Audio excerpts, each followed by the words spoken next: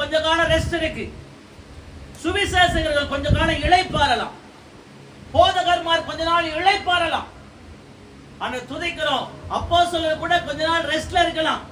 ஆனா மேய்ப்பன் ஊழியத்தை சாகு வரைக்கும் செய்யணும். அல்லேலூயா சொல்லுங்க பார்க்கலாம். ஓர் என்கிற மலையில ஏற சொல்லி தன்னுடைய ஆசாரியன் ஊழியத்தை கொண்டு போய் தன் மகனுக்கு போட்ட உடனே கண்ணை மூடினான். ஆறு. அல்லேலூயா சொல்லுங்க பார்க்கலாம். ஆமென். யாருக்கு கொடுத்தனும்? தன் மகனுக்கு.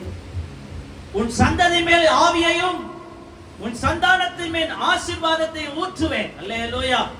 ஒரு தீர்க்கதரிசியா இருந்தீங்கன்னா யாரோ ஒரு எலிசாவை நீங்க அபிஷேகம் பண்ணலாம். நீங்கள் ஒரு சுவிசேஷகனா இருந்தீங்கன்னா யாரோ ஒரு தீமோத்தேயுவை நீங்க அபிஷேகம் பண்ணலாம். நீங்க ஒரு போதகனா இருந்தீங்கன்னா யாரோ ஒரு தீத்துவை நீங்க அபிஷேகம் பண்ணலாம். நீங்கள் அப்போஸ்தலரா இருந்தீங்களா யாரோ ஒரு மனிதன் அப்போஸ்தலர் அடையாளம் காட்டலாம். ஆனா நீங்க ஒரு மேய்ப்பனா இருந்தா அது பலிபீடத்திலிருந்து வளர்கிற ஊழியம். நம்ம சொல்லுங்க பார்க்கலாம். மேய்ப்பர்கள் தீர்க்கதரிசிகளா மாறலாம். எரேமியா தீர்க்கதரிசி ஒரு ஆசாருடைய மகன்.